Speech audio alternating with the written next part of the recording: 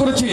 বিএনপির চেয়ারম্যান জনাব তারেক রহমানের নেতৃত্বে তিস্তা পারের মানুষের জীবনমান রক্ষার জন্য তিস্তা নদীর পানির দাবিতে ওখানে কিন্তু বিএনপি সমাবেশ করেছে। লক্ষ লক্ষ লোক, 2 দিন ব্যাপী লক্ষ লক্ষ লোক নিয়ে। এটা দেশের প্রতি, দেশের জনগণের প্রতি ভালোবাসা। আমি আপনাদের রাজনৈতিকভাবে একটি নিশ্চয়তা দিতে চাই। রাজনৈতিকভাবে আমাদের প্রিয় নেতা এই দেশের দায়িত্বভার নিলে অন্যায় করে কেউ পার পাবে না, সেটা যেই হোক। বাংলাদেশের মানুষের নিরাপত্তা এবং শান্তির জন্য সর্বোচ্চ উনি প্রচেষ্টা করবেন ইনশাল্লাহ। আপনাদেরকে আমি এটা আশ্বস্ত করতে পারি। পরিশেষে যারা আজকে নয়া বন্দোবস্তের নামে নির্বাচন চাচ্ছে না, তারা প্রকারান্তই কিন্তু জনগণের ভোটের অধিকারকে আবার হরণ করার চেষ্টা করছেন। আমরা এটার প্রতিবাদ জানাই।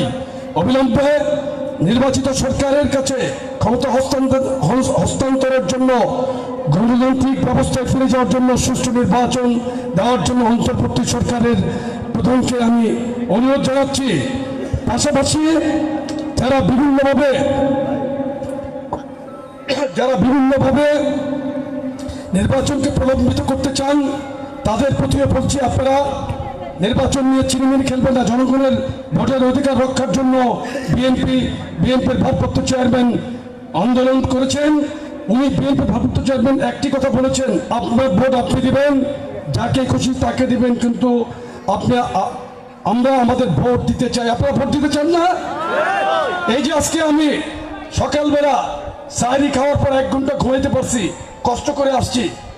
নির্বাচিত সরকার থাকলে আজকে এখানে একজন এমপি থাকতো, একজন উপজেলা চেয়ারম্যান থাকতো, ইউনিয়ন চেয়ারম্যান থাকতো, আপনাদের পাশে আরো দাঁড়াতো, সেটা যেই দলের হোক। আর আমরা নির্বাচিত হয়ে ইনশাল্লাহ আমরা জনগণের পাশে থাকবো। নির্বাচিত প্রতিনিধিই পারে জনগণের পাশে থাকতে। নির্বাচনকে ভণ্ডুল করার জন্য যারা বিভিন্ন প্রকার চেষ্টা করছে, তাদের এই অপপ্রচেষ্টা সফল হবে না। বাংলাদেশের মানুষ কি পারে সেটা 5ই আগস্ট আল্লাহর হুকুমে মানুষ দেখিয়েছে।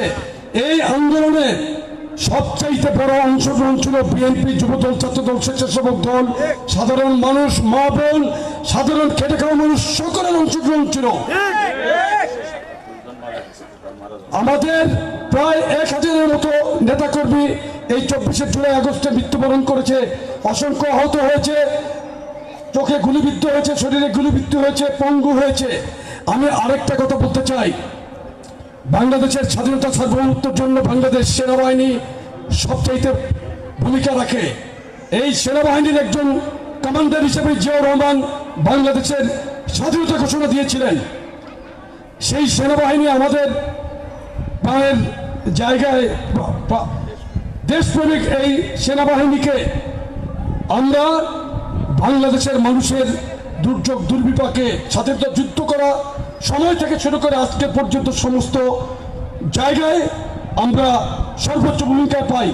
সেনাবাহিনীকে কেউ কেউ বিতর্কিত করতে চাচ্ছেন। আমি জনগণকে, আমাদের জনগণ অত্যন্ত, আমি মনে করি বুদ্ধিমান জনগণ, তারা ভোট দিতে, সিদ্ধান্ত নিতে কখনোই ভুল করবে না।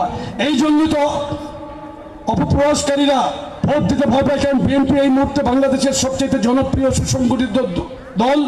জনগণ ইতিমধ্যে বিএনপির উপর আস্থা স্থাপন করেছে। বিএনপি পারবে ইনশাল্লাহ বাংলাদেশকে সঠিক পথে নিয়ে যেতে। আমি যারা অপপ্রচার করছেন, যে সমস্ত ডেভিলসরা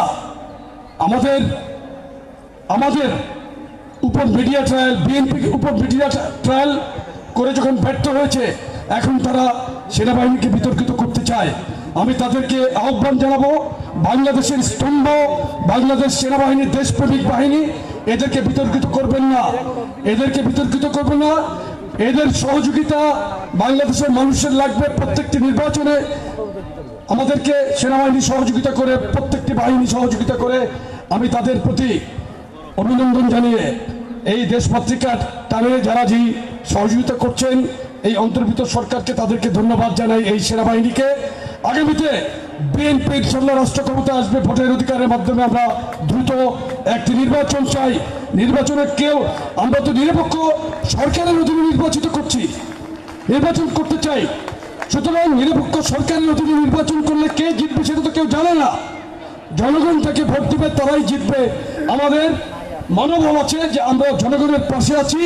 আমাদের প্রিয় নেতা জনাব তারেক রহমান জনগণের কল্যাণে কাজ করছেন। আপনি দেখেন মাগুরাতে একটি শিশু ধর্ষণের শিকার হয়েছে, ওখানেও আমাদের ভারপ্রাপ্ত চেয়ারম্যান জনাব তারেক রহমান ওই ভিকটিম পরিবারের সাথে কথা বলেছেন। মানিকগঞ্জে জুলহাস একটা আবিষ্কার করেছে, তার সাথে কথা বলেছে। পাবনাতে দুজন এতিম সন্তানের এতিম শিশুদের দায়িত্ব নিয়েছেন, তাদের পরিবারের সাথে কথা বলেছেন। প্রতিনিয়ত কারো না কারো পরিবারের সাথে, নির্যাতিত পরিবার কষ্টে আছে এবং পরিবারের সাথে উনি কথা বলছেন। যে মানুষটি এভাবে সাধারণ মানুষের চিন্তা করেন, তার দেশের প্রতি কি দরদ, কি অপরিসীম ভালোবাসা আছে, সেটা আপনারা ইতিমধ্যেই কিন্তু বুঝতে পেরেছেন। আমি আর আপনাদেরকে কষ্ট দিব না। আপনাদের সকলের সুস্বাস্থ্য শুভকামনা করে আমি আমার বক্তব্য শেষ করছি। আগামী ঈদ আপনারা নির্বিঘ্নে করতে পারবেন। আমাদের ঢাকা জেলার সভাপতি মুরাদ এবং সাধারণ সম্পাদক আয়ুব খান, তাদের যে এখানে ম্যানেজমেন্ট দক্ষতা দেখলাম, আমি ইনশাল্লাহ আশা করি এই জেলার কোনো এই ঈদের সময় মানুষের পাশে তারা সজাগ দৃষ্টিতে থাকবে। আমি তাদেরকে অনুরোধ করব তাদের